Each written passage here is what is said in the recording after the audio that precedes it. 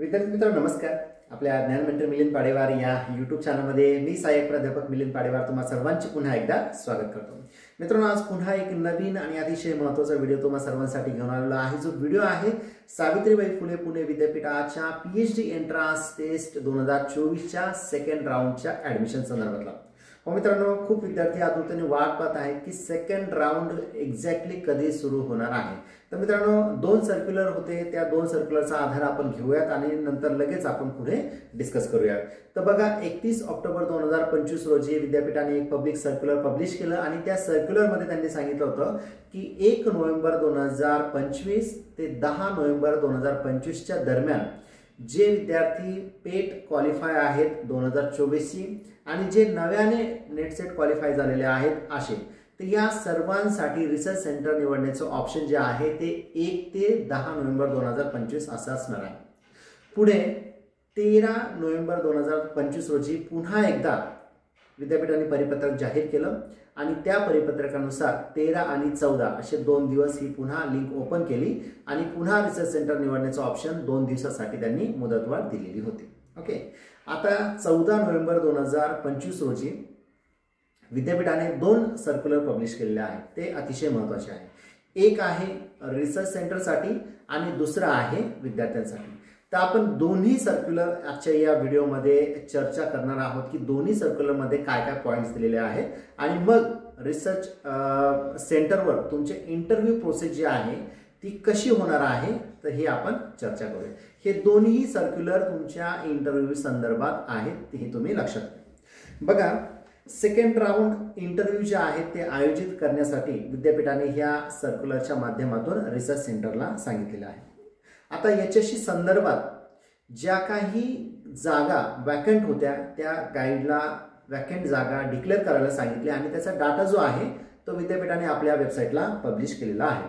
Okay, आता याच्यामध्ये त्यांनी सांगितलं होतं की जे विद्यार्थी पेट क्वालिफाय झालेले आहेत पण सिलेक्शन झालेलं नाही फर्स्ट राऊंडला आणि जे विद्यार्थी नव्याने नेट सेट झालेले आहेत अशा दोन्ही विद्यार्थ्यांना इंटरव्ह्यू द्यायचा आहे आणि दोन्ही विद्यार्थ्यांनी पुन्हा रिसर्च सेंटर निवडायचं आहे असं त्यांनी मागच्या सर्क्युलरमध्ये सांगितलं होतं.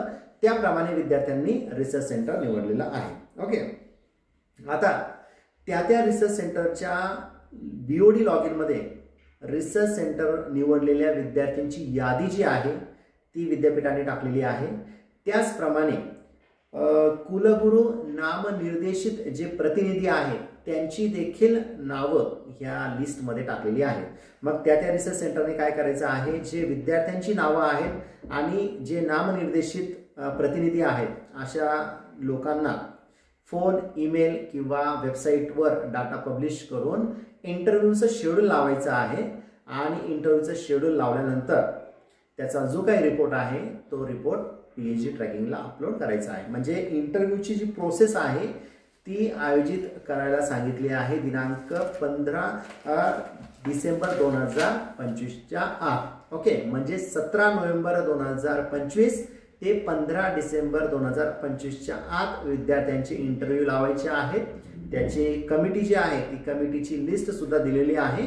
त्या पद्धतीने इंटरव्ह्यू घेऊन त्याचा रिपोर्ट PhD ट्रॅकिंगला अपलोड करायचा आहे असं विद्यापीठाने त्या रिसर्च सेंटरला सांगितलेलं आहे. ओके, त्याच्यानंतर जे काही आरक्षण धोरण सरकारने ठरवून दिलेलं आहे त्या आरक्षण धोरणाची काटेकोर अंमलबजावणी करावी असं विद्यापीठाने रिसर्च सेंटरला सांगितलेलं आहे.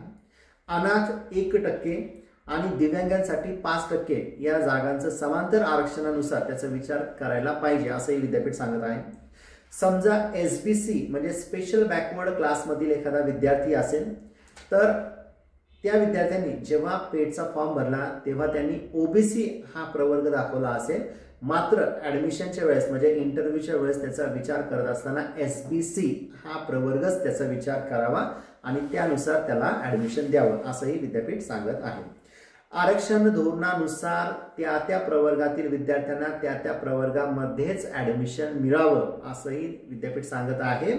आरक्षण धोरणामध्ये आदला बदल करू नये हा पॉइंट सुद्धा प्रकर्षाने विद्यापीठ त्या रिसर्च सेंटरला सांगत आहे. ओके, त्याच्यानंतर विषयनिहाय विद्यार्थ्यांची निवड करत असताना टॉपर जे विद्यार्थी आहेत त्या टॉपर विद्यार्थ्यांची निवड जी आहे ही खुल्या प्रवर्गात करावी आणि उरलेले जे विद्यार्थी आहेत ते विषयनिहाय किंवा प्रवर्गनिहाय त्या प्रवर्गनिहाय वर्गानुसार करावी असंही विद्यापीठ सांगत आहे। ओके, आता संशोधन केंद्राच्या BOD लॉगिन मध्ये ज्या ज्या विद्यार्थ्यांनी तुमचे रिसर्च सेंटर निवडलेले आहे त्या विद्यार्थ्यांची यादी पब्लिश केलेली आहे।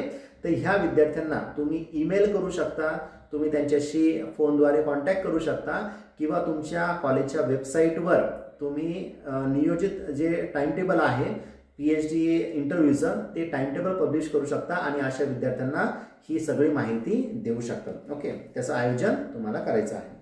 त्याच्यानंतर RSC मधील 2 सब्जेक्ट एक्सपर्ट जे आहेत तर हे सब्जेक्ट एक्सपर्ट आणि त्या रिसर्च सेंटरचे कोऑर्डिनेटर म्हणा किंवा चेअरमन ओके किंवा डायरेक्टर यांच्या मार्फत 100 मार्क हे ऑनलाईन भरायचे आहे आणि त्या पद्धतीने त्याची मेरिट लिस्ट जी आहे ती मेरिट लिस्ट BOD लॉगिन मध्ये एकत्रित करायची आहे। म्हणजे पेडचे मार्क्स आणि इंटरव्ह्यूचे मार्क्स असे दोन्ही मार्क्स एकत्रित करून त्याची लिस्ट जी आहे ती पब्लिश करायची आहे BOD लॉगिन मध्ये असं देखील विद्यापीठ सांगत आहे। इंटरव्ह्यू पूर्ण झाल्यानंतर त्याचा जो काही कन्सोलिडेटेड रिपोर्ट आहे तो रिपोर्ट डाउनलोड करायचा आहे, सिलेक्टेड विद्यार्थ्यांची लिस्ट डाउनलोड करायची आहे, त्याच्यावर हे जे 2 प्रतिनिधी आहेत कुलगुरू नामनिर्देशित आणि चेअरमन या तिघांच्याही सह्या घेऊन तो रिपोर्ट पुन्हा इंटरव्ह्यू झाल्याच्या 3 दिवसाच्या आत पुन्हा PhD ट्रॅकिंगला अपलोड करायचा आहे असंही विद्यापीठ सांगत आहे। आता विद्यार्थ्यांसाठी काय सूचना आहे तेही आपण थोडक्यात बघण्याचा प्रयत्न करूयात। तर बघा, पेट 2024 उत्तीर्ण असलेले विद्यार्थी मात्र ज्या विद्यार्थ्यांची निवड 2024च्या फर्स्ट राऊंड मध्ये झालेली नाहीये तर असे विद्यार्थी, त्याचप्रमाणे ज्या विद्यार्थ्यांचं नव्याने नेट सेट किंवा JRF असतील तर असे सर्व विद्यार्थी या इंटरव्ह्यूसाठी एलिजिबल आहे। या सर्व विद्यार्थ्यांनी इंटरव्ह्यूला जायचं आहे किंवा मुलाखती ज्या आहेत त्या द्यायच्या आहेत। ओके, ह्या ज्या मुलाखती आहेत ह्या 17 नोव्हेंबर 2025 ते 15 डिसेंबर 2025च्या दरम्यान त्या रिसर्च सेंटरने ते आयोजित करायचं आहे असं सांगितलेलं आहे। संशोधन केंद्र विद्यार्थ्यांना ईमेल करतील, त्यांच्याशी पर्सनली कॉन्टॅक्ट करतील फोनद्वारे किंवा त्यांचे जे काही टाइम टेबल आहे हे कॉलेजच्या वेबसाईटला पब्लिश करतील। त्याच्यामुळे विद्यार्थ्यांनी काय करायचं आहे की वेबसाईट बघत राहायचे आहे किंवा ईमेल चेक करत राहायचं आहे। ओके, त्याच्यानंतर विद्यार्थ्यांनी इंटरव्ह्यूला जात असताना किंवा मुलाखतीला जात असताना एखाद्या चांगल्या टॉपिकवर थोडीशी तयारी करायची आहे। नेमका कुठला टॉपिक तुम्हाला घ्यायचा आहे, कुठल्या टॉपिकवर तुम्हाला संशोधन करायचं आहे, त्याची बॅकग्राऊंड जी आहे ती माहिती तुम्हाला तयार करायची आहे।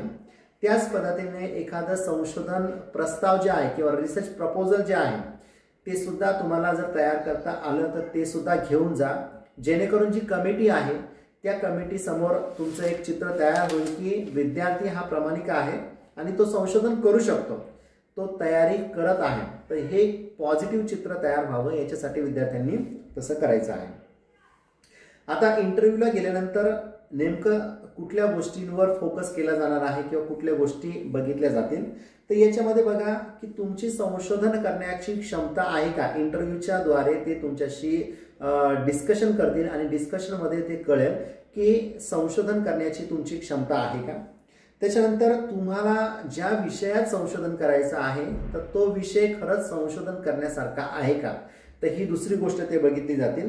आणि प्रस्तावित संशोधन किंवा तुम्ही जो टॉपिक मांडताय तो टॉपिक खरंच समाजाला काही नवीन गोष्टी किंवा नवे ज्ञान देऊ शकतो का, तर ह्या गोष्टीचा विचार करून तुम्हाला त्याचे मार्क्स जे आहे ती कमिटी तुम्हाला देणार आहे। आता तुम्ही इंटरव्ह्यूला जात असताना काय काय डॉक्युमेंट तुम्हाला सोबत न्यायचं आहे तेही आपण बघूया। तर बघा, जर तुम्ही पेट 2024 क्वालिफाय असाल तर त्याचं तुम्हाला मार्कशीट न्यायचं आहे, म्हणजे त्याचा रिझल्ट न्यायचा आहे।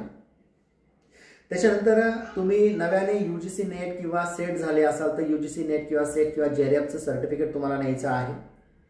PGचं मार्कशीट तुम्हाला न्यायचं आहे। त्यानंतर तुम्ही कॅटेगरीमधून बिलॉंग करत असाल तर तुमच्याकडे कास्ट सर्टिफिकेट असलं पाहिजे, नॉन क्रिमिलियर असलं पाहिजे, त्याच्यानंतर EWS सर्टिफिकेट असलं पाहिजे, डोमिसाईल असलं पाहिजे. तर ह्या अशा पद्धतीने डॉक्युमेंट जे आहे ते डॉक्युमेंट तुम्ही सोबत नेले पाहिजे. आणि तुमची पात्रता देखील विद्यापीठाची जी कमिटी तुमच्या समोर असणार आहे इंटरव्ह्यूला घेणार आहे तर ती सुद्धा हे सर्व चेक करणार आहे, जेणेकरून पात्र विद्यार्थीच पुढे जातील, कुठलाही अपात्र विद्यार्थी पुढे जाणार नाही किंवा त्याचं सिलेक्शन होणार नाही, याची पुरेपूर काळजी जी आहे ती ही कमिटी घेणार आहे. विद्यार्थ्यांनी 1 तास आधी तुमच्या रिसर्च सेंटरवर इंटरव्ह्यूसाठी जायचं आहे, जेणेकरून जे डॉक्युमेंट व्हेरिफिकेशनची जी प्रोसेस आहे ती प्रोसेस तुम्हाला पूर्ण करता आली पाहिजे.